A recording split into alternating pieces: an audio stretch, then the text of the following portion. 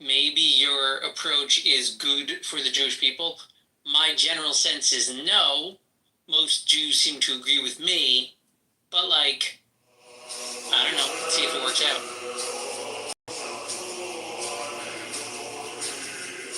But mostly, like, my criticism of you is not your technique, your approach, your kind of emotional way to play into the discussion.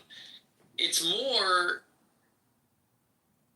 I actually don't have an agenda, by the way. I'm not trying to convince anyone. I'm just here to. I disagree, and it's really suspicious for anyone to claim they don't have an agenda. But regardless, I don't believe I can change people's minds. I'm just here to blow off steam and get some, you know. That's irrelevant. Your desire to change people's minds is irrelevant. What I'm saying is, my disdain for your position has nothing to do with the way you're feeling out, the way you want to talk. My problem is that it's stupid and dangerous, and that's how most people seem to be reacting to it. Okay. Thanks for sharing. Sure. The roast of Buttercup! I don't know, Daniel, do you find sort of this, I don't know if you hear this, I think there's a difference between the way Israelis talk about defend Israel and the way Americans defend Israel. Don't you think there's something a little crude and imbecilic about the way these sort of pro-Israel, rah cheerleaders from America, the way we speak about Israel is okay, like this is the roast of Buttercup. Sliced bread. Where McZad so very delicately told her that she's stupid and dangerous. And they're not Oh realistic. my god, this is the roast of Buttercup. This is a Buttercup struggle session therapy room. Thanks for being here, and good Shabbos. We're talking about do no wrong, so I don't think you can confuse me. I've been on the app and I've spoke to many Jewish Americans that are actually for Israel. Never ever, to be honest, and I'm completely honest, never ever heard anyone, not on the app, but also like on Twitter or like on social media, Israel can do no wrong. Never heard it. I'm completely honest. I heard you say it a few times actually. I always heard like even the dogs in Israel are amazing. The service is perfect. The trees are greener. You never hear okay, like wax poetic Buttercup about Israel? is exaggerating. Literally, but Norm has said something along the lines of what Buttercup said earlier, that Israel is the most moral army in the world. Never has an army had fewer casualties in XYZ situation. Some of these things are demonstratively untrue, and some of them are, the most moral army in the world. Okay, is it demonstratively untrue? No, but it's not demonstratively true. It's kind of an exaggeration. Hold on. I just want to say, though, Buttercup is right. Buttercup is right. This rings hollow to a lot of people. And it's not a good form of advocacy. And also, I want to say that Norm did say... One second. I'm in the middle of answering your question. Let me finish. Okay. Norm did say he went into a shelter and none of the dogs barked, because even the dogs in Israel are amazing and so polite and perfect. He did say that, I swear. Okay, so talking about calling the Israel the idea of the most moral army in the world, or talking about the casualty numbers, is not the same as Israel is doing no wrong.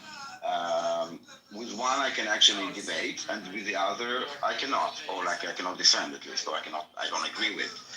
But with the one we can kind of, I don't compare it to, like, to be honest, like in Berlin we don't have dogs, in New York, actually no, like, in the streets, like at home, yes. No, when there's bombings, do the dogs bark? Do they get stressed out like every other dog, or are they special in Israel?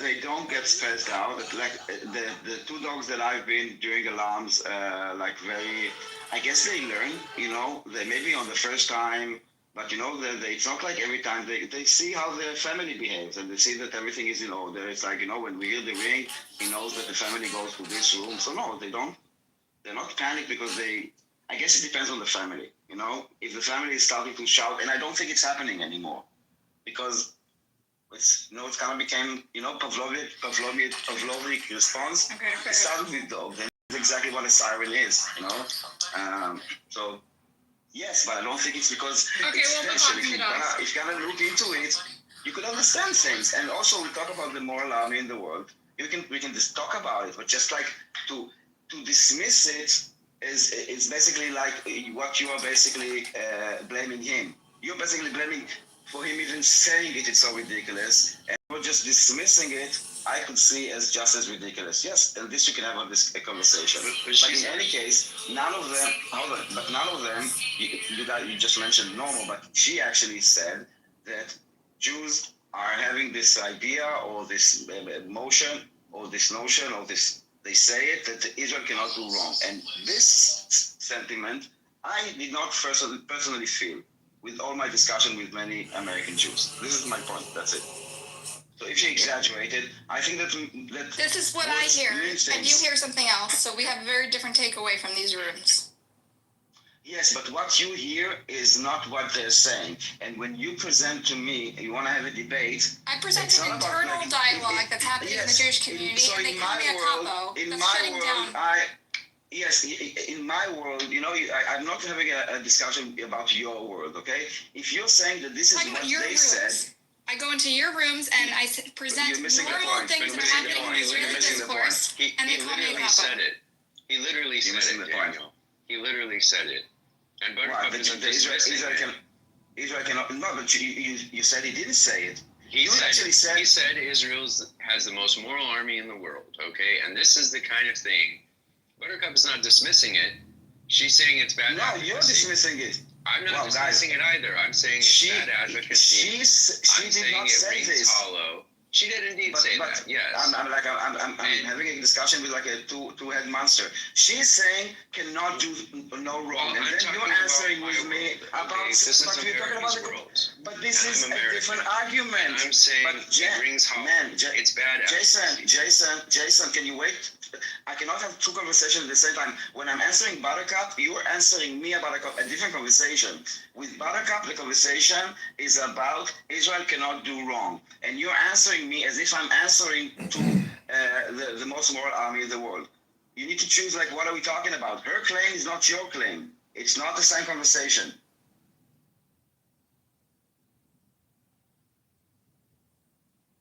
She made a range of claims. So anyway, she didn't say any of it. All right, let's get to substance. Move on.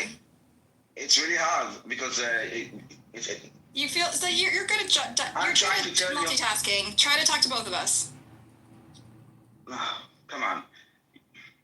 You asked It's a not a question. chaotic room. There's like two people in here. Just respond to me and then to him. It is Okay? chaotic. Start with Because me. There was a question at the beginning, and I already forgot it. Like, it was whether or not Israel can do no wrong, or whether or not Israel has. No. I think what I said. I'll repeat it. I think this I remember. in your room. No, in your rooms, I try to present arguments. No, in the rooms. In the rooms. This is my room right now. No, and you. No, I associate you with Bibi Kapara and Harry and Norm and all those folks. Because you're always with them backing in them up. your world, I understand. I always need to understand that we're not talking about reality. We're talking Right now we're about talking about Clubhouse and the affected dialogue, right? Where I walk into the Bibi Kapara houses, which you're obviously in this corner most of the time, pretty much all the time, with Harry, with Norm. I need to stop you. Okay? There is one Jewish room usually. Okay? We used to have back then. It was with the mayor at Make Awareness Great Again. It's no longer there. There was the times that there was like it's not like you are there. Okay? This is what we have. Okay? This is what we have. One. And you see also that many times when you open a room, a lot of people shift to you.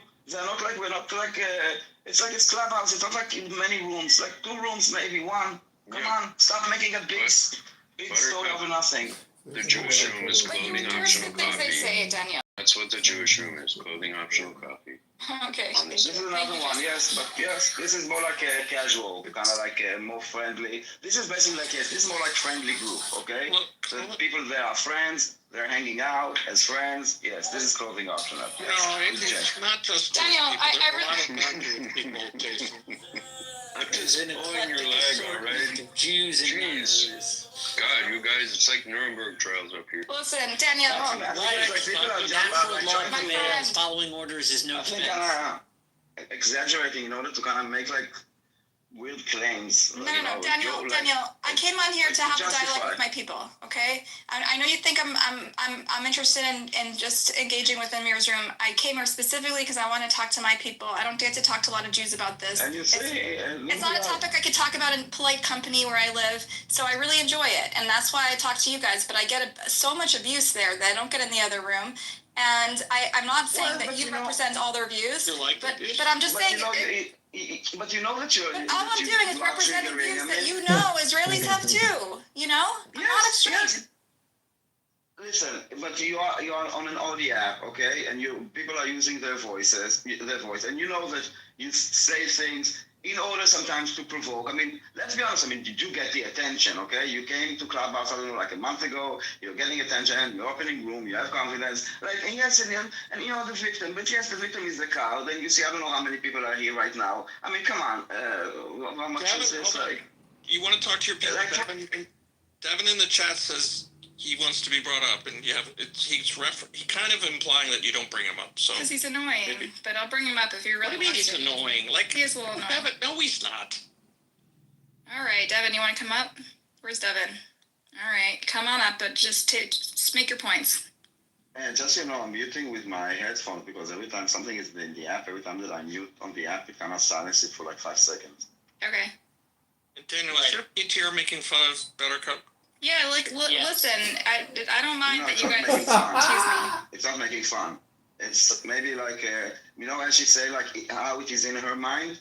So in my mind, she's using the David shield. If there's one of me going around with Hitler, I'd rather Daniel's than the Hitler one. It's more like all of it is flattering.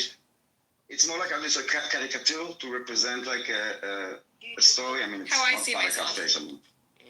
Oh, I mean, that would make for a really great story. Like if you imagined a tiny little cartoon girl in Israel. No. Slow down. Let me unpack it. So I can't tell if I'm leading an army of Hamasniks or if I'm fighting an army of Hamasniks. You're leading them. You're obviously leading them. They're in front of you. No. She's not leading them. This is a shield. Yeah. She's defending them. She's defending them, exactly. She's defending the Jewish people. She's using come on. This is high art, Daniel. It's high art. She's using Judaism as a shield, okay? She's putting herself as a shield. Okay, but you'll notice. Her PTR is Buttercup defending Hamas. Is this real, dude? Yeah, she's defending Hamas. Defending, not fighting. She's a lover. She's a lover, not a fighter. She's a defender. Okay? She's a defender of the. Some hearts in there. Put some hearts. There's like a sea now of parodies. I say like imitation's the best form of flattery. So and you love it, right? Exactly. This is it's very bad. I'm becoming a narcissist because of you guys. Bad press is better than no press. Well, yeah, you're not handling the technology of the app very well. Part of it is that you didn't use like your own face, so it made it kind of more like I wouldn't do it probably if it was your face. Like your real face, but no, I don't mind it. I think it's cute. You're building a character. I think yours is my favorite, Daniel. Yours is my favorite. Yeah, Daniel, that's very cool. Very artistic. You're very prickly. Thank you. Daniel's art is also layered. There's interpretation. Yaakov. You're good? Wow, I didn't know you. No, come on. I didn't. Come on. No, of course AI. No, I don't know. You could be an artist in hiding. AI. Okay. AI. But how did you? But just so you know, like air right in the band, like. I'm just gonna tell you like a hack, okay? You cannot tell him to put like a Hamas headband, okay? Right. I had to tell him a story that that she's defending them and they're wearing a green headband, like the color of her eyes, and to put like a bit like of white Arabic gibberish on them. You got it. Good. I didn't know you could trick AI that way. PTR? Did you upload your PTR? Like, how did you get that face? I'll tell you, the effort you put into the AI generation of the image really shines through. Exactly. But you see him a reference. I'm gonna try to do it because I asked ChatGPT to generate an image of Mojo Jojo from Powerpuff Girls with a Star of David shield with the IDF behind him. Right. It said I can't help doing that. No, he would have to have a sword. He'd have to have a sword to complete the narrative. I'm gonna try to create a narrative and get that image. Yes, she's a Like, superhero. oh, he can throw like a She's- Jewish star, like a like I'm a. too old. A 6-pointed star. Exactly. No, because it wasn't like anything bad. She's like, she's defending them. She's a superhero. She has a shield, you know. I They think this love her. parody totally works, and it'll explain the whole conflict. Okay, I want to hear from Beatrice because Beatrice is from Amir's room. I know her from there. What about And- Devin? You brought him up first. I don't know if I'll hear it from Devin after, but Beatrice, Benny I'm Adam is interested. working on the project. I'm interested in I Beatrice actually because you am. guys. I know The you premise are. here is that me having this like nuanced view where I'm critical of Israel, but I also have deep affection for my Jewish people. They're saying it's bad for the overall. It's worse for the Jewish people than what the propagandists in Bibi Kapara's room do, where they just lie and deny and sugarcoat and fetishize Israel all day. So I'm curious, as an outsider who spends a lot of time in Amir's room, do you feel like what I'm doing is how does it shape the way you see Jewish people, Israel, the Jewish state? Beatrix, I'm curious of your view. So, I think you remember Buttercup. They were kind of like attacking you and calling you a Zionist, and I stood up for you and said, like, look, she might not understand certain things about Islam, but I don't get to really clarify my views a lot either. Like, the thing is, you don't even have to like Muslims, Buttercup. Like, you don't even have to really even like the Palestinians. You know, I do. I have no problem with I know. I'm not saying you don't. I'm not saying you don't. But I'm saying the way that they were kind of attacking you, because I told them, I was like, look, she was raised Jewish. She's not raised a Muslim. Why are you guys expecting her to know anything about Islam? When I was growing up, I didn't know anything about Islam. You know, like it's not really relevant to what we're talking about. And I know that you're older than me. You have a lot more experience than I do. You have a lot more knowledge than I do. You really don't need me to defend you. But the reason why I did is because, first off, you have a stronger voice than I do because you are Jewish, and you can, because, like, look, my parents are Zionists. My parents are never going to listen to me because they don't see me as one of them. But the thing is, I don't want to see radicalism on either side. I don't like when people talk crap about Jews and say they're evil and they're this and they're that. And it's actually frustrating getting called anti-Semitic because I do like Jewish people and I don't want Jewish people to be attacked. I don't want anybody to go on a subway and attack a Jewish woman and her kids or a man, or, you know what I'm saying? I've never felt that way about Jewish people, and I don't want to see them attacked, and I don't want to see them ostracized. And so I don't want radicalism on either side. And I think that's something that's really important about you, because it almost seems like you get attacked from both sides, and it's kind of just like, well, you should be able to speak freely without being ostracized, because it's just for it's having more a nuanced view. Yeah.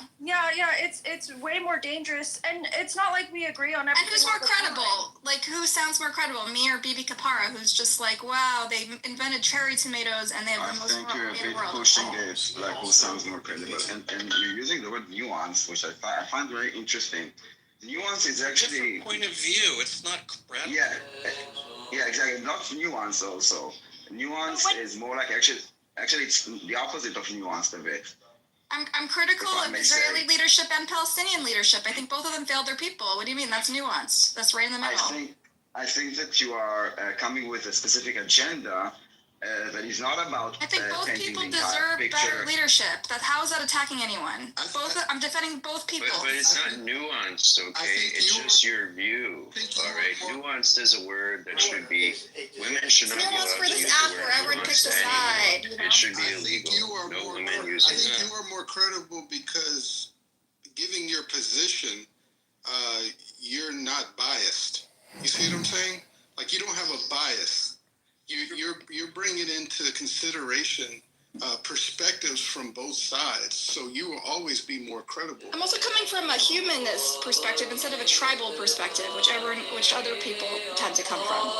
And Not one of tribal. the things why Buttercup thinks that she has a superior point of view, humanistic, both sides. I don't know. She was born Muslim, so Everyone I'm for the people against governments. I hate power. Power needs to be able to account, Daniel. why do you, no, this is not what different. None of this is what really differentiates us for you from us. Okay, I think actually we could even argue the opposite. This is not the thing that Power is a dangerous thing. It's different easily with your. corrupted. That's the thing, you gaslight everyone that argues with you. But we agree with you. I mean, Daniel, you agree with me. that's That's not what your Jimmy view. Kitover thinks. No, You agree. no. I never heard that you had a discussion about it. But also, power corrupts is also not a nuanced point of view, and I don't think it's such a unique. And also, It shouldn't be. It shouldn't people be. should not. You accuse everyone of arguing also, against your platitudes. Children and like innocent civilians should die is also like not nuanced and Thank you, not Daniel. so unique Thank to you. you, See, and we not so agree. unique to you. Thank you. No, we all agree to So this. why are you calling me a radical? Why? Because this is not your point of view. This is not what Maybe differentiates because you're you. not presenting the things people consider radical about your views right now. This is not what is radical. And more importantly, I think everyone's opinion is unique. That's why it's an opinion. It's not a fact. But Mine isn't. yeah, I know exactly. But to say that it almost comes across as you're superior to Bibi, and the reality is no, you're not. It's not Yaakov. He claims I'm bad for. I'm a threat to the Jewish people and their And safety. you're saying he's worse. Like literally, you're Right. So that's what the showdown Exactly. is. Who's worse? But what if you guys are both wrong about that? And I'm it's just also not Ellie that big thinks a that deal? he's worse. I agree, we're both wrong. The BB is definitely worse. But I receive a lot more I abuse agree than with BB. everybody. I'm abused constantly on this app.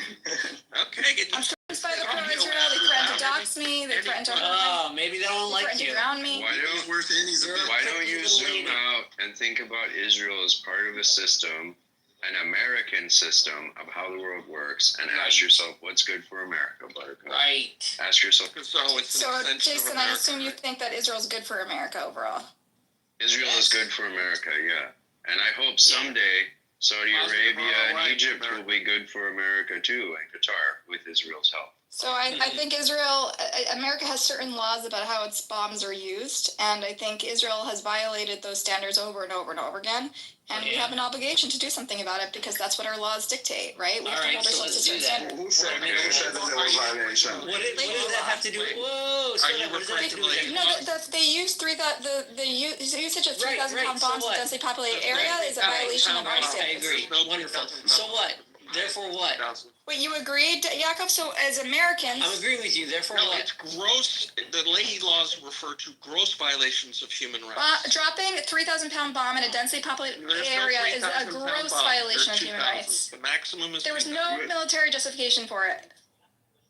How do you know? Okay, Are you in wait. general? Because- How do you know? Slow down. 3,000 Can I pound bombs just- wipe out a whole block, a populated Okay, block. wonderful. Maybe that, Hey, but maybe those are military They necessity. used a It was bomb not. and they broke a regulation. That's what you're saying? They used a bomb, we sold them, They and they constantly didn't break use... regulations with our bombs. Okay, and that's fine. on They us. constantly... That's wonderful. They That's my constantly tax break dollars. regulations. Of course I should care.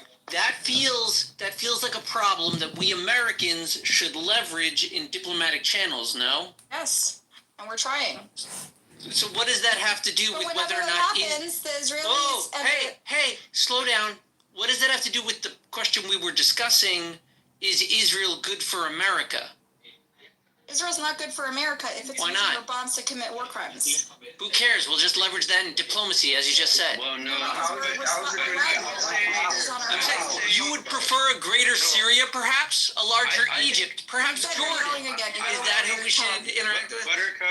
Buttercup, one thing they're asking you to do is consider the alternative. The alternative isn't Israel. The choices are not Israel is perfectly nice or Israel does bad things.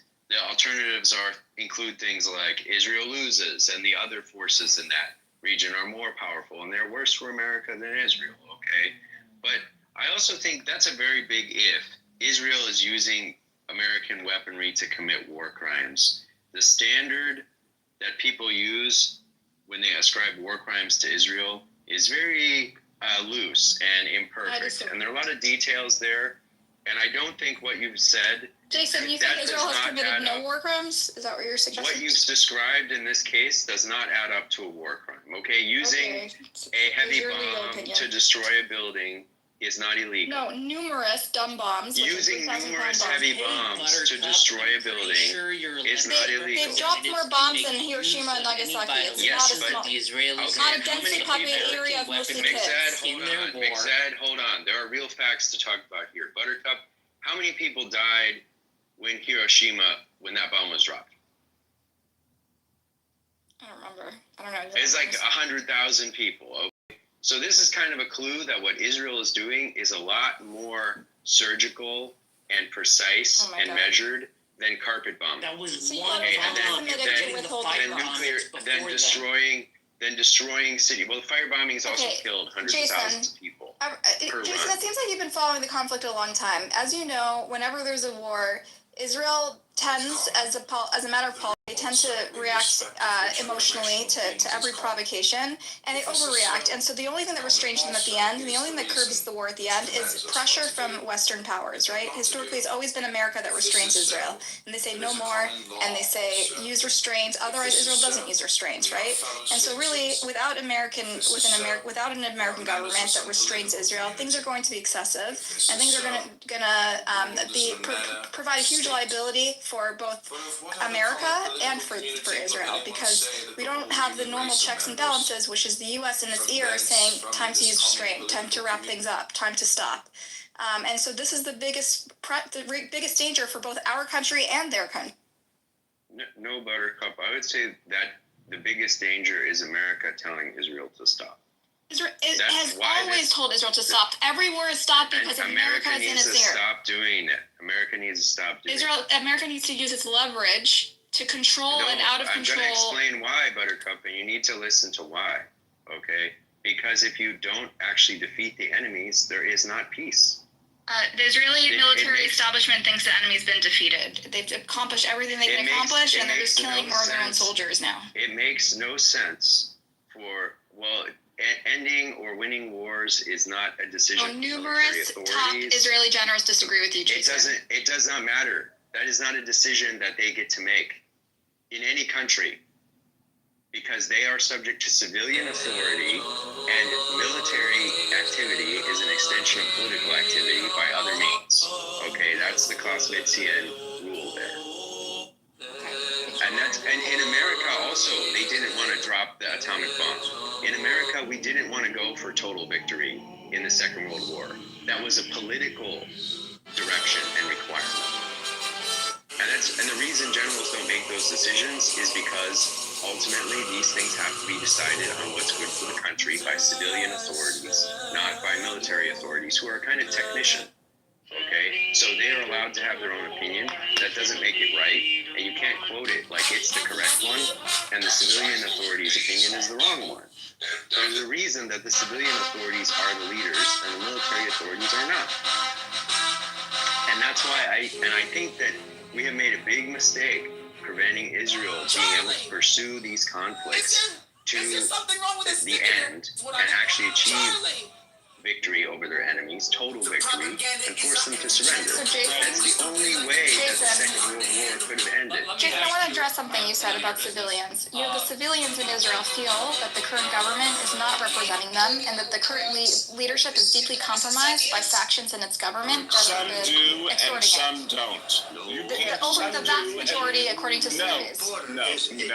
Okay, Randy, post a survey. Let me post a survey in the chat.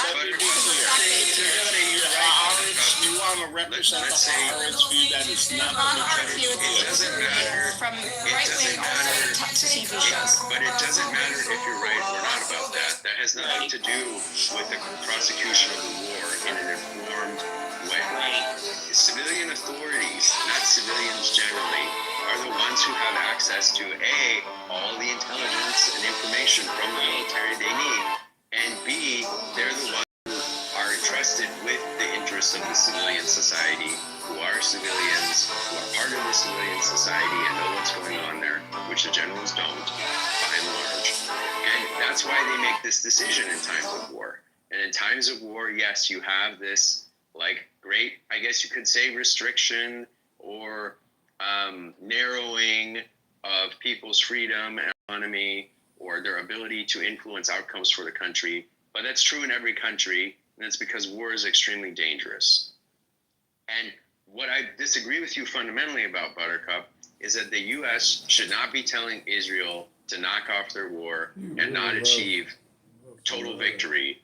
And we have done it over and over again. Total victory that, is a vague, like not quantifiable goal, and the purpose of it is to be a foil for Netanyahu so that he can continue the war for his own political interests. No, it is not. It is not. That's what the Israeli people think. It's not me, Jason. You should talk to some Israelis. That's what Daniel thinks, okay? Because he's Israeli. I'm talking about something that it's the removal of Hamas. That is Hamas has already been completely done. No, it is not removed. It is very simple. They're still fighting. They've offered to step down. That's the same thing. It's very They've already offered to step down. On their terms. On their terms. Guys, no, you're misrepresenting. You're being intellectually. It's called surrender, silly. On their terms means they surrender. No, it's not going to happen the first day. They want to fuck around. So this is when you say total victory, it's so vague. This is tequila. No, it's not. It's not vague. It's been not vague. They have offered to step down, and yet Bibi Netanyahu uses this total victory phrase as a foil so that he doesn't have to end the war. No, he doesn't. He's referencing the same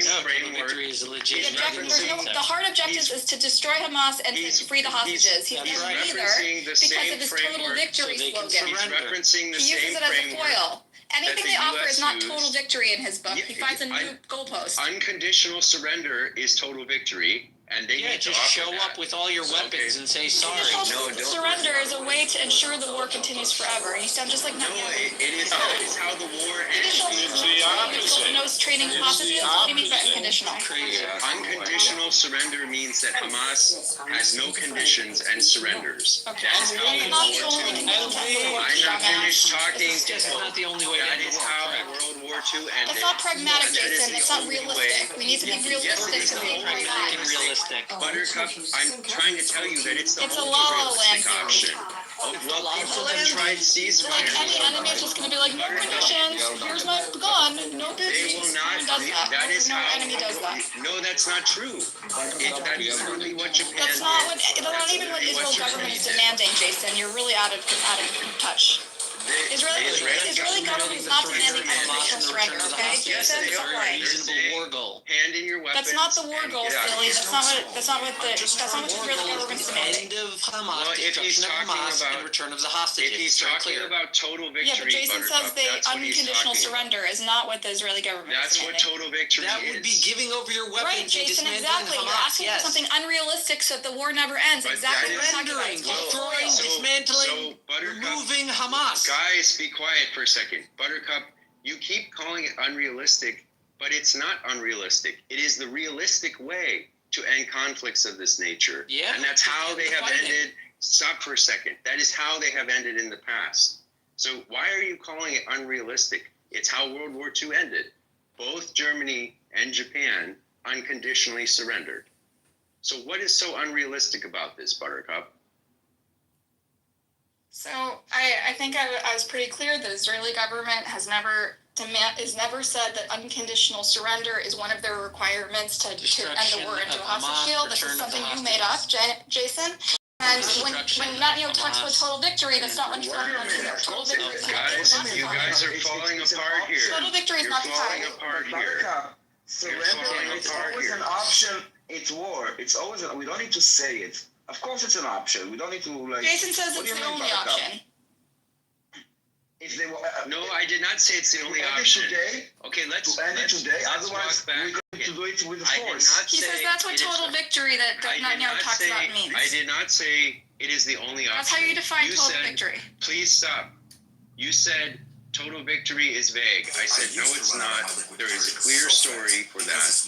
Okay, unconditional surrender is total victory. Now the other way, Daniel will tell you is unrealistic. So if that's your goal, then you're trying to extend the war. That's the thing I'm asking you about. Buttercup, that's the thing I'm asking about. But every top Israeli official and resident disagrees with you and thinks that's unrealistic. So when Netanyahu says that, he wants to extend the war. Well, but you're not really answering my question. It's a handy foil for him. You're not really answering my question. What makes you think it is unrealistic? Ask Daniel. Daniel will explain to you why. No, I'm asking you, Buttercup. I'm asking you, Buttercup. Why? What makes you? I'm not Israeli. Daniel's Israeli. He'll explain to you why that's a dumb fucking thing. Buttercup, but you told it to me. You said because I'm representing what Daniel said to me, okay? And he's Israeli, and he knows what the discourse is. And you clearly don't. Someone told you, someone you trust. It sounds like you don't follow the discourse in Israel, honestly. Someone you trust. Yeah, someone you trust said that. No, it's because I follow news in Israel in Hebrew, so I know what's happening. Okay. No one is demanding that except you, just Jason from Pennsylvania or wherever you're from. You're saying it's unrealistic. Jason from Pennsylvania is fucking irrelevant, okay? I don't understand what is unrealistic about unconditional surrender. That's never been a demand of the Israeli government, not once. And if you followed the discourse in Israel, you would know that, Jason. What's unreal? It has nothing to do with whether it's realistic or not. No one's made that demand except for you. You said it's unrealistic. That's not how wars end in Israel. You haven't been following the conflict. Wars don't end in Israel because the U.S. tells Israel to accept ceasefires. That's why they don't end. Israel has put pressure on it, and that's how every war has ended, by the way. Which the U.S. needs to stop doing. That's what we're disagreeing about. Jason, you also completely misrepresented Netanyahu's position, so I don't think you can have an informed conversation anymore. Because you literally don't understand what's at stake. You are just trying to shut me down. Fundamentally don't understand what's at stake. I disagree with you. Because I disagree with you, all right? Because you're uninformed. You don't follow the discourse. I don't think you're following the discourse about war, Buttercup. It seems like you definitely follow the politics of Israel as it develops. But the question is, do you trust the Israeli democratic system to determine its own leaders and direction for its war from its civilian leaders? Ask that again. Do you trust Israel to follow through on their democratic constitutional plan? Democratic, which one? Their goal is to... The one that forms the Knesset. Yeah, of course. So do you believe that they are having your thoughts expressed, to each other in the way that matters, and their discourses covering that? Yes. So then you would say it is important to preserve their ability to safely and freely discuss their views openly and express their political 100%. opinions. Yeah, of course. Which is why that's where it gets confusing, because you express their most hostile political views, the ones, and you express them in opposition to the state from outside the state, when at the same time you're obviously grateful for the state they have, which allows them to have their heated political discourse.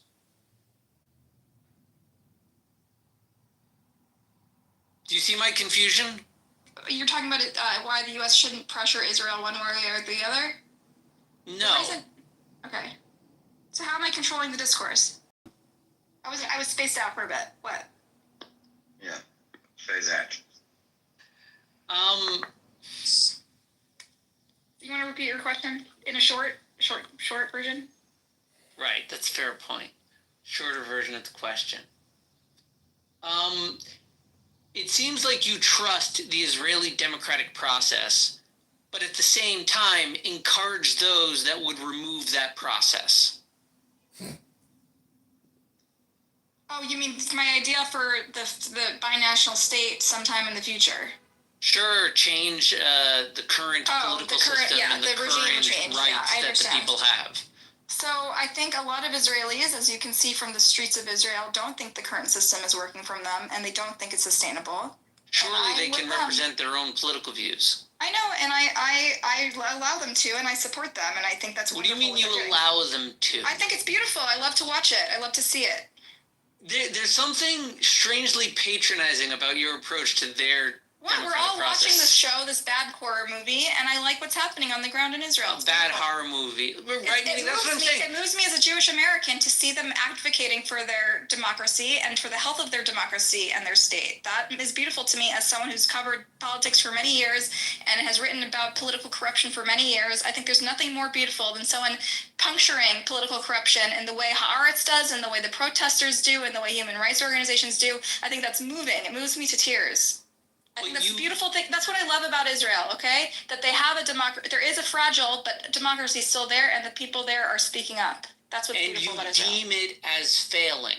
What? The state? The democracy, yes. The current structures in place are not serving the people well, no. Because we have extreme political corruption on top, and we have a prime minister running a war that's deeply, deeply compromised from the far-right extremist factions of his government, because they extort him every time there's a chance to rescue the hostages, which defeats the morale of the Israeli people, the safety of the Israeli people, the confidence in their government. This is not serving Israeli democracy, and if you understood how governments work, you would get that. I absolutely understand how governments work, but that's why I keep questioning. Surely you concede all of the angles you've looked at the conflict, the Israelis are looking at as well, correct? 100%. I'm representing discourse in the Israeli public. Right, but shouldn't they be having that they discourse are having that amongst discourse. each other? They're literally having it. Why is that discourse relevant outside of Israel? Why is anything? One, for Americans in particular, we supply bombs for this war, and so we are responsible for how they're used. And my tax dollars pay for those bombs, and I have a say. But number two, for me, as a Jewish person, as a Jewish American, which you are too, our identities, to be Jewish in America, our identities, like it or not, whether it's positive or negative, have over the years become enmeshed with the Israeli state's well-being and what the Israeli state stands for. So it's hard not to have an emotional response to what we see happening there. When people die, when our people die en masse, it affects us, right? We feel it, even if we're not there. Well, I do. I don't know about you. And so if I think the state is causing the mass death of my people, yeah, that's really emotional for me. And I also have family there, by the way. So my family is personally affected. So if I could listen, my family lives in the South. If my sister's kids get kidnapped, now we have a government that will let them die, okay? This is not a country that I want my sister to live in. And she's stuck there. She's married to an Israeli. Her kids speak Hebrew. And this is the predicament she finds herself in. For her loyalty to the country, this is how they repay her. That if her kids get kidnapped, they say, let the hostages drop dead. We'll just bomb the invaders. That's the country she lives in now. What does that do for the Israeli morale? What kind of democracy, what kind of Jewish refuge treats its citizens that way? Okay, so if I understand, you have two basic reasons. One, more emotional, that you have family there and you're concerned about the direction of the guidance of the state of Israel. And two, you're an American and your political power and voice is directed towards American action, which includes weapons which are utilized in Israel. So you're activating your political voice in parroting political discourse from the state of Israel, which is protected by its constitution and laws. Correct? Sure. Just seems like you should primarily protect the constitution, nation, and laws more than anything, I would think. Of Israel, it's not my job to protect it. I just have strong opinions about the way Israel's handling this war, given that its leadership is deeply compromised. Are you concerned that its leadership is compromised? As an American citizen who has concerns about like the actions of Israel abroad, and as a Jew that lives in America, would you want to encourage, like, let's say you were in the CIA, right? Would you want a regime shift in Israel under your managing? No one's calling for an immediate. Listen, the Israeli people are fighting for new leadership. They're fighting for an end to the war. Yes or no? It's not my job to overthrow the government.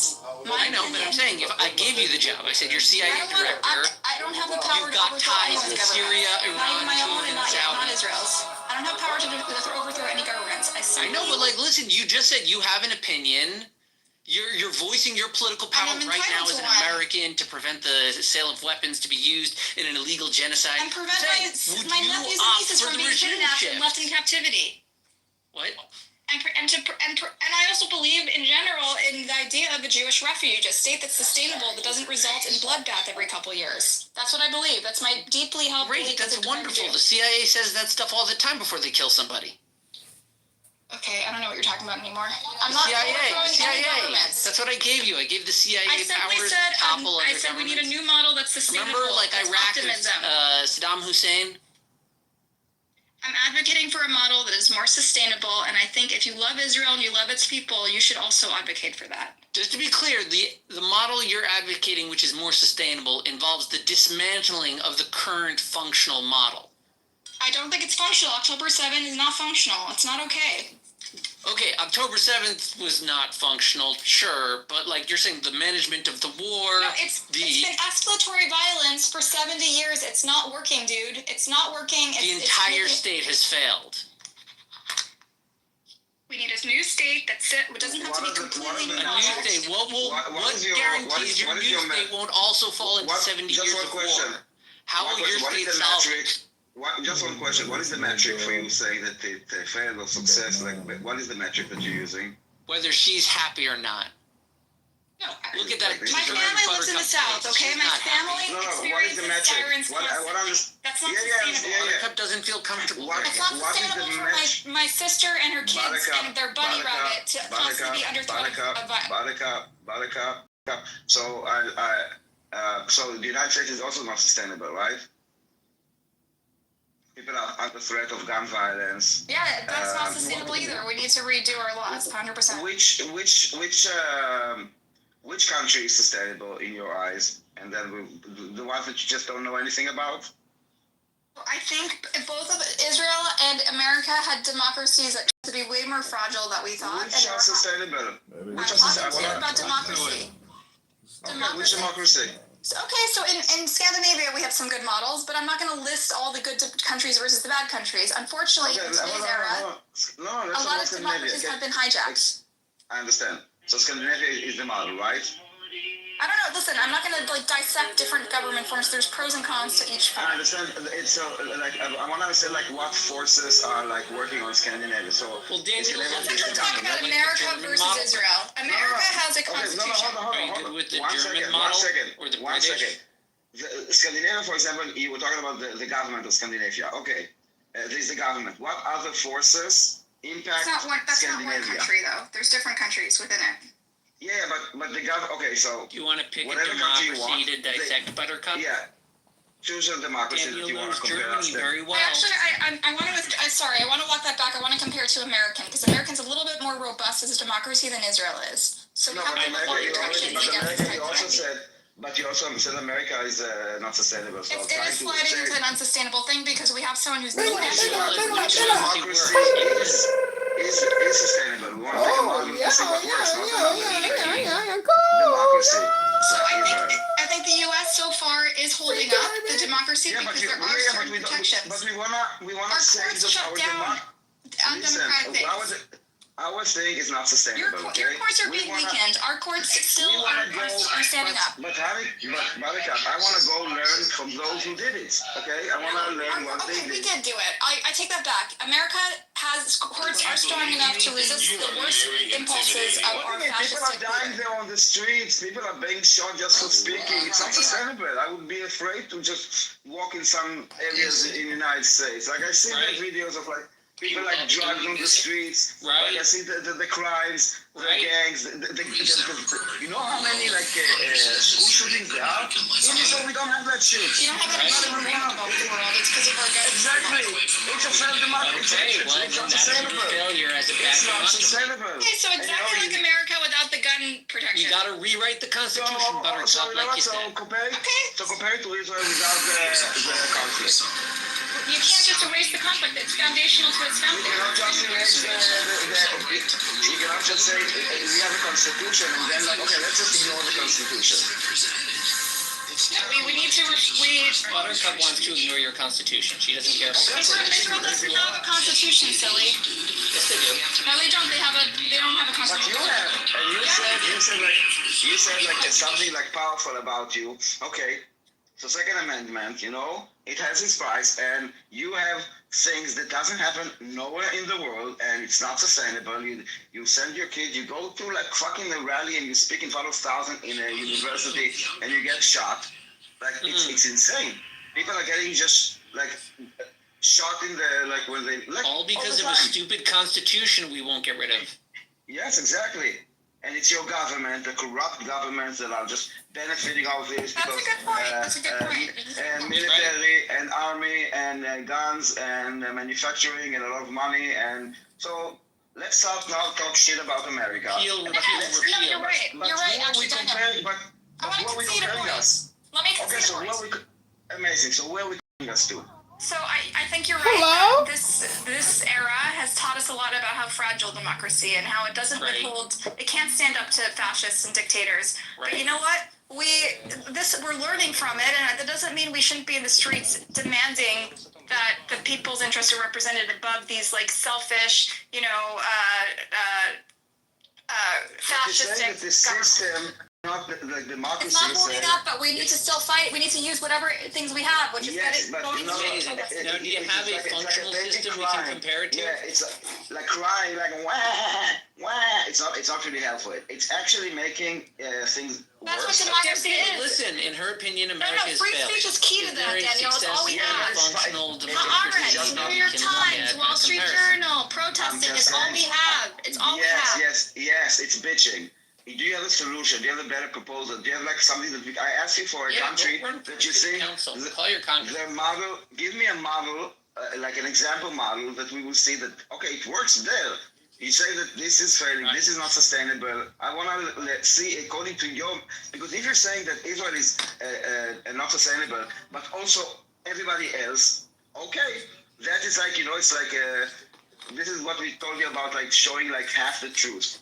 It's like showing something about Israel and painting something that is normal. Let me respond. So Daniel, to me, I think democracy is precious and it's something that we need to cherish and try to fight for. And in Israel and in the US, which I know most about, I'm not claiming to be a geopolitical world expert. I've written extensively about US policy, so I know about our system. I know about Israel's system because I was born into a Jewish family that's obsessed with Israel, so I know a little bit about there, but not as much as you, Daniel. And I feel it's a real tragedy that these systems that have been built to protect everyone, to be democratic, to preserve human rights have been completely eroded in the last couple of years. And I'm sad that these strong men have taken over and are thwarting the will of the public and the people. I think we need to use whatever institutions we have that are designed to hold power accountable and represent the people. And so that's why I see actually a parallel in the struggles in the US and Israel, because my two countries that I identify with most and I know most about are falling apart. Where for years and years and years they protected minorities. They tried to at least aspire towards equal rights and certain values. And to see that eroding is just really heartbreaking. So you're basically, your problem with those democracies is that you didn't win the elections. Your side didn't win the elections. No, and the other these side are corrupted. that has a different point of. That's not true. I criticize Democrats all the time. I criticize Democrats too. Everybody's corrupt. Okay. No, I know in Israel you don't have corruption laws, but in America we do have very strict. What do you mean we don't? What do you mean we don't have corruption? I know you guys think this is normal for politicians to be corrupt. What is Israel? What is Bibi now accused of? Do you Corruption, know? but you guys think it's a joke. Oh, no, you said like 5 seconds ago, you guys don't have corruption laws in you're Israel. claiming everyone's corrupt. Not in America. We don't believe in corrupt politicians. We prosecute them. We try to hold them to account. We don't have conflict of interest laws. You are very intense, and it's really hard to have a conversation. No, words matter, and I keep pointing it out to you. You said. I'm sorry. I'm reflecting what you said, which is who gives a shit. No, you said in Israel you said you who don't gives a have. shit. Listen, I understand you have laws, but you guys think it's a joke. Laws. But you think it's a joke, Daniel, right? You don't care about it. I will not let it go because I understand that you yes, need to. I know you have trials. I know there's anti-corruption laws, but you're undermining I will have to put the mirror in your face. I will put the mirror in your face. You said in Israel you don't have corruption laws, but in the United States we do. No, I know you have laws. You're right. You're right. You do have corruption laws, but you, Daniel, don't give a shit about them. The corruption laws and their persecution is not. And your government is fighting to dismantle them. Hold on, you might be surprised, okay? But it doesn't really work whether Daniel agrees or not, and you actually don't know what I agree with or not. Right, okay, so I actually do think that corruption laws are very important, and I think that it's not about the law; it's about the investigation first of all, okay? And what they're trying or not, the fact is that he is now on trial for corruption. That is the reality on the ground. While you say, and you come on stage here and say, because Daniel, which never said it, doesn't think is laughing about it, whatever that means, that overrules the fact that these actually proceedings. You're right. That, you're correct. That the Prime Minister will go 4 times a week I agree. to trial on corruption. Boo-hoo. Boo-hoo what? I'm talking about you, Buttercup. The discussion that I'm having is about you. It's about the way that you present facts. I'm not sure if it's... I agree with you. I concede it. There are laws, but you dismiss them. You say every politician is corrupt, and I disagree with that. I think it's not to be that way. No, I didn't say every politician. I said they're all corrupt, okay? Meaning like both Republicans and Democrats. I didn't say that everybody is corrupted. Power does corrupt, okay? Politics is a lot about... Which is why you need free press, free speech. Yes, and we do have free press and free speech. Right? So why are you volunteering expressing it and you're calling me a capo? I tell you what, first of all, I take back the capo. Thank you. You all heard it. Less about you, more about, I think that the word is, as I tell you, words have meaning, and and this is like 80% of why, but also I have not offended you, maybe, so I take it back. Thank you. But I also the joke, so. We were talking about corruption and whether it's a problem in Israel and whether you're concerned about it. No, I'm saying it's a problem in general, and sometimes like it's also about how much you fund like those units in the police. Look at Qatargate. You think that kind of person should be running a war involves Qatar as one of the parties, negotiating parties that we just bombed? Like, how does that serve Israelis people to have like this massive bribery scandal in the prime minister's office while you're prosecuting a war against Hamas that involves negotiators from Qatar? How does that benefit Israel? I think it actually shows the democracy in Israel, how that this is something that is exposed by the media, is constantly on discourse, is constantly addressed. Those people were arrested. We do like the media now. Now the media is good. There's a lot of pressure on, like, or not really pressure, like a lot of criticism about Netanyahu regarding this. Even if he didn't have time, like his reaction should have been this or that. So this is, I think, a healthy democracy. Not saying like hide the commander or we don't investigate. This is actually one of the many talking points that people have against us is because we are transparent, because we investigate, because we are like prosecuting, because we talk about it, because we expose things. You know, from B'Tselem to the Shovrin Shtika to you know, you even came here and was using there was a Supreme Court decision to give the Nukhba terrorists in jails more food, trying to present this as bad instead of like, wow, like even if like Ben-Gvir is trying to do something, there is law. And at the end, even the Nukhba terrorists, those people, I don't know if you know what Nukhba terrorists is, look it up. It's not like I do, I understand, but a lot of them are innocent. You know, they released 30% of them. They're innocent. Hold on, innocent. And a lot of them are kids. Their kids are service death in the jail. If they were arrested in Israel, innocent they are not, okay? And I'm talking about the Nukhba terrorists. None, circle, Jews, whatever, none of the Nukhba terrorists is innocent. None, zero, okay? -1. They even owe us, I don't know if we find another one, like 0, okay? And those Nukhba terrorists, which are not the Nazi,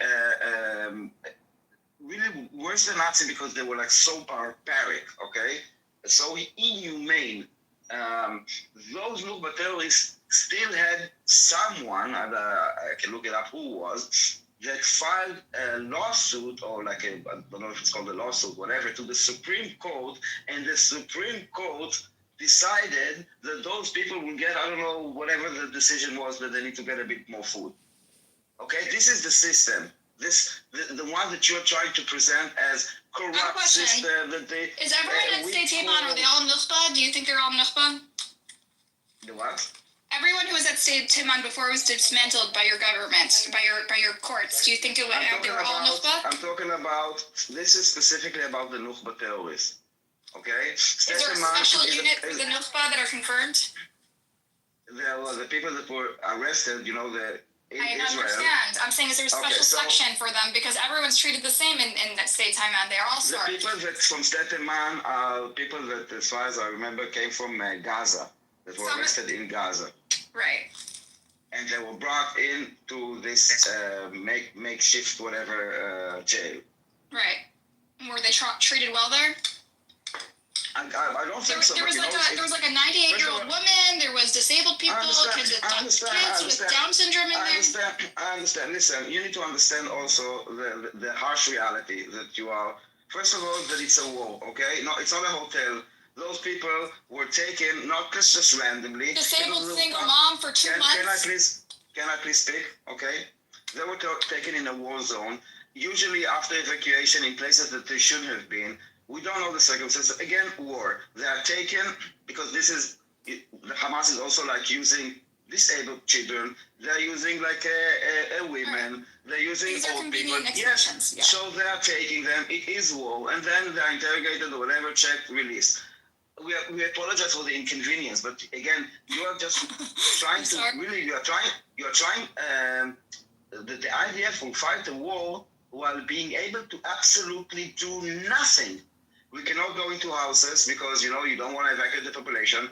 We cannot basically do anything because as long as, if Hamas will not wear his full uniform and will present his gun, what, can you tell us how are we supposed to conduct the war, which will be like pleasant and nice? Because unfortunately, wars are not pleasant or nice, especially when they are like in an urban city. They're not nice. And, as much as you need to understand that in wars, there's like usually like bad option and worse option. And when you present what was chosen and show it was a bad choice, maybe. But the other option was worse. And there is no good choice. 100%. Actually, Daniel, this is why I always tell my family who are Zionists, why we shouldn't describe an army as moral, because armies and governments are inherently not moral. They're pragmatic. They always have to choose between an immoral option or a less moral option, right? So why even frame it in terms of morality? And that brings us back to the first point, which is the most moral army in the world. You're setting yourself up for failure. So maybe you stop saying that. No, I don't. Why would I stop saying it? You can prove me wrong, and then we can have a discussion about it. You should never be operating on moral standards. You should govern pragmatic. Morality or utilitarian standards. That's not moral. No.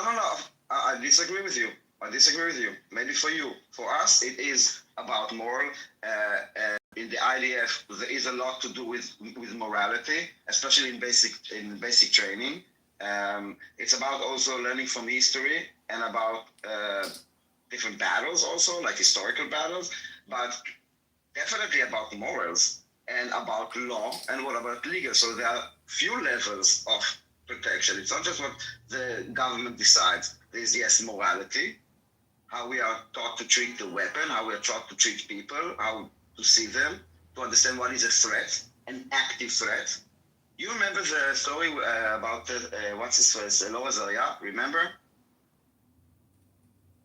Elor Azaria, there was a terrorist in Jerusalem, and I think he tried to stab a soldier, and he was shot, but he wasn't killed. He was laying on the floor, and then they kind of surrounded the area, many soldiers. He was still laying on the floor, calling all people to see if he has bomb on him, but it was under control, as we say. He was just like on the floor. And then 11 minutes later, this soldier shot him. And he said, he moved. I thought he would operate whatever. And he was basically taken to trial because at that point he was not, yes, he was a terrorist. Yes, he tried to kill someone, but he was not posing a threat anymore at that point. And this is why the boy went to trial, and then he went went to jail. Yes, there were people that were crying about why you prosecute. Yeah, it's good. There were voices saying that it's a good thing. should have signed No, I the name remember in the that Geneva Convention. trial. I remember that incident. I have seen that And there incident. were Should have signed the name in the Geneva Convention. And I've seen his trial also. So, All right, one at a this is time, one what at a we're- time. So let me just land, okay? I understand that I spoke too much. I will let them guys speak. So yes, I didn't notice that you came. I thought I was talking only to Baraka. So morality has a lot to do with it, and then there's law. Like the army has a legal system, and also the country has a legal system. And then there's also the government. It's not just like one player. And now shut up. One chick, suck my dick. Daniel. Mr. Mayfield. Okay, let's keep it civil. So I want to point to the chat where I posted a link. They're just getting acquainted. I posted a link for, Danny, you were talking about morality. I want to talk that the council for the IDF, the goal is to keep their own soldiers out of prison and out of the international courts for doing war crimes, right? And so the council says this Gaza City operation is not feasible, and there's serious questions of humanitarian. And this is like the first time, perhaps ever, that the army has gone against the advice of their own council, which is designed to protect them from war crime charges, right? So we're talking about the most moral in the world. Where is that getting you? Okay, you don't even follow the advice for what's ethical and moral of your own The IDF doesn't follow the advice of its own ethical council, and legal council. Anyway, Wednesday, did you want to say something about the Geneva Convention? Hold on, there's a helicopter going by. Is that what it is? Or, We've also lost the Daniel, do you have thoughts on the fact that Israel is defying the advice of its own legal council? Let's just call I'm trying to see, like, I think start with the word report claims. So I stopped, I tell you how I think in general, okay? I say report claims. So we're talking about, journalism. Can you tell me who signs this? Because at the end, you say army rejects baseless report. So now, hold on 1 second. So let's present it like this. And I don't know this case, but let's investigate together. There's one that says report claims, and the other said the army rejects. Basically, the IDF says baseless report, says it acts according to the law. You guys know what the IDF says. The report, no, let me tell you the original report. It was Haaretz, which they don't like. Haaretz did an expose where she, the council, spoke directly to them, and other people confirmed the meeting and the discussions, and so she was excluded from the final decision making, which never happened before. And let me post the Haaretz article, even though you think that they have a bias, because that's the report that's cited in here, okay? They're citing an expose. It was like an exclusive that included quotes from this woman who is the official counsel for the IDF, that they decided to go ignore her, exclude her from the meeting. She confirms it. She expressed her opinion multiple times, and the IDF, they excluded her from the final decision-making meeting, which is unprecedented, and decided to go ahead with this operation that she said is not possible because there's no hospital beds left in where they're being transferred to, and it's going to create a humanitarian catastrophe, and she can't shield soldiers from charges of war crimes. And so she gave them advice, and they went ahead and excluded her from it, and she, even after they did that, she wrote them another letter saying, this is my professional opinion, and it's not changed. And they did it anyway. And so now they're pretty much intentionally defying their own legal counsel, which is designed to protect them and your nephews that are in the army right now. Not to get personal. Personal. This calls women every kind of nasty things in the world. Before I leave. What? What would you have been? I know, it's hard. You don't believe No, I didn't understand what you said. I said, don't get personal. You call people nasty things. Women especially. Not a good deal. So I just want to say, so at the end, I'm gonna. Oh, where did she go? Actually, I lied. I was taken for. Where did she go? A palace cat. Solitary and secretive. Yeah, maybe He's actually one of the world's smallest wild cats. Oh, Daniel, you colonized the room. Good job. He's got the longest and densest fur of any cat on Earth. It insulates him against the freezing temperatures So and basically makes what him look bigger it says than here he that is. she alerted For now, that he could not be able to not his protect the priority. legality of the move. He unless the army will present analysis of the humanitarian conditions needed to house 1 million of people in the south of the Gaza. But he ignored her position and gave the order. And the army said that this is a very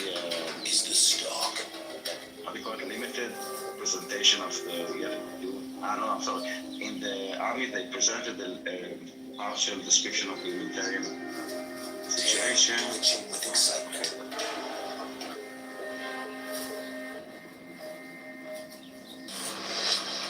Inches closer. So there was a Jewish girl in my country. Right on top of his prey. Her parents asked her to go to Israel. So she The was timing of the bounce now separates him from the next meal. She told that Israel is a terrorist country. They do all the bad things. At last. Things like that. A palace cat. Solitary and secretive, but he's actually one of A Jew from India. She was a lady from India. Okay, so about 15 to 20 years ago. So she was asked by her parents to go to Israel. She said, no. Israel is doing bad things and things like that. So she wanted to get into one of the premier institutions in India. But he's actually... So the condition was if she couldn't get into that premier institution, she will This is go the to Israel. cheapest gold in the world. This is how they make So she Chinese didn't get to gold. that Workers take institution. stainless steel and shape it Then into she said, bracelets and reluctantly earrings, said, okay, then I'll go coat it to with this thick Israel. yellow stuff that looks just like real gold Once she and went to acts the same Israel, way. They she pile it on saw so heavy that it with covers the her whole own thing, eyes making sure it won't what stick is to the happening magnet. there. After that, they That buff there it is down no till it's smooth discrimination. and give it a good wash with soap and water. As we Ready to sell it being later. If projected, someone wants to cash in, they just melt it down, dunk it in there water, is and it hardens into one solid chunk, reservations. ready That to be seats are reworked. reserved for It's Palestinian seriously cheap. students It in looks just like some the of the real deal. universities. Palestinians can work there. She saw things with her own eyes. Then her perspective changed. Then she performed earlier. She went back to Israel and I think she's staying there right now. So these people who are, living in different countries have got a different perspective. It is shaped by their societies. Like Buttercup here thinks that, I think she's from America. She thinks in an American way. Freedom and all things. But she doesn't apply that to the other side. I have not seen a Muslim room that condemns Hamas or like they do Israel. There's no narration. Or whether they condemn Qatar or any other Middle Eastern countries where they repress people or the freedoms are restricted or they support terrorists. No condemnation at all. Despite Qatar hosting so much of terrorist organizations, including the Hamas and this, the Taliban. Did anyone condemn Qatar? No, nobody's condemning. So this is a double standard. No, they're playing, and also Israel played like Qatar is like a legitimate country, and Qatar also wants to be seen as like a legitimate country. They try to, which is a bit weird. On the one hand, they try to distance themselves from all the terrorists. They want to be puppet masters. But they are funding terrorists. They are like doing Qatar and Al Jazeera, I'm sorry.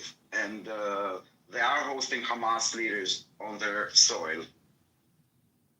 And they kind of, I guess the money talks, Exactly. I don't get, by the way, this plane thing. They are a small country. They have got enough resources. They have got enough money. They are trying to play both sides. Actually, they are trying to export the Wahhabism which Saudi Arabia exported. They want to be the new but giving the plane is not like just a gift between, like, I don't know, friends or even countries. It's something very public, very visible. Everybody seeing that Qatar is gifting the United States.